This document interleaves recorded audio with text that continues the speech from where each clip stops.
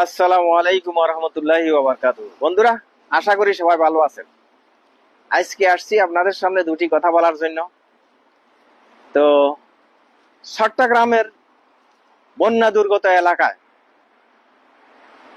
দেশি বিদেশি সকল স্বেচ্ছাসেবী সংগঠন এবং যত লোকজন আছে, যে যার অবস্থান থেকে যে যাই পারে যতটুক পারে সবাইকে মানবিক সহায়তার জন্য, চট্টগ্রামের মানুষদেরকে সহযোগিতা করার জন্য আমি আহ্বান করেছিলাম।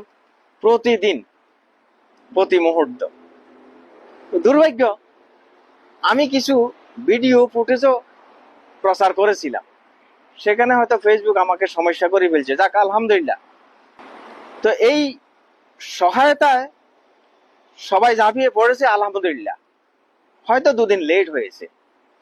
এই 2 দিন লেটের কারণেই এখন যেহেতু অনলাইনের যুগ, যারা যেখান থেকে বলছেন কিছু কথা আসছে যে কেউ তাদের পাশে দাঁড়ায় নাই, আসলে সেটা ভুল।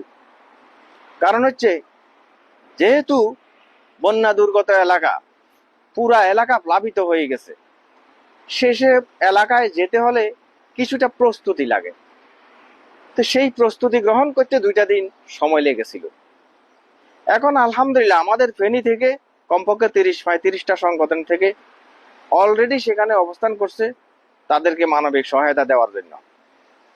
আমার অভিজ্ঞতা থেকে বলছি, গত 2024 সালে ফেনীতে যখন বন্যা হয়েছিল, তখন এই প্রস্তুতি ছাড়াই কিছু লোক যখন সহযোগিতা করতে গেছেন, সেখানে অ্যাক্সিডেন্ট হয়েছে, সমস্যার সম্মুখীন হতে হয়েছে।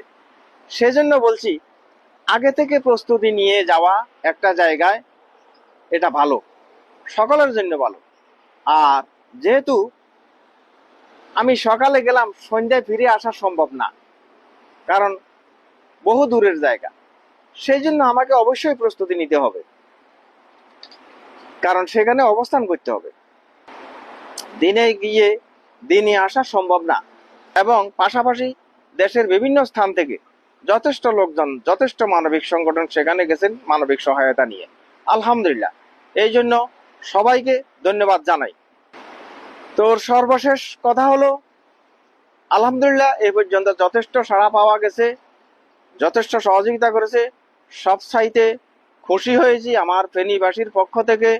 ছাগলনাইয়া, দাগনভূঞা, সোনাগাজী, পরশুরাম, ফুলগাজী, ফেনী সদর, সব জায়গা থেকে যথেষ্ট লোক আলহামদুলিল্লাহ সেখানে মানবিক সহায়তা নিয়ে উপস্থিত আছেন, অবস্থান করছেন এবং যতটুকু সম্ভব সহায়তা প্রদান করছেন।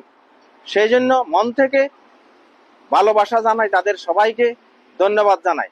আমরা যেহেতু বিদেশের বাড়ি, বিদেশে আছি, আমাদের এছাড়া আর বেশি কিছু করা সম্ভব না। তো প্রতিনিয়ত সব সময় আমি চেষ্টা করেছি কমপক্ষে অন্তত এই ফেসবুক, ইউটিউবের মাধ্যমে একটা নিউজ সবাইকে জানানোর জন্য, প্রচার করার জন্য।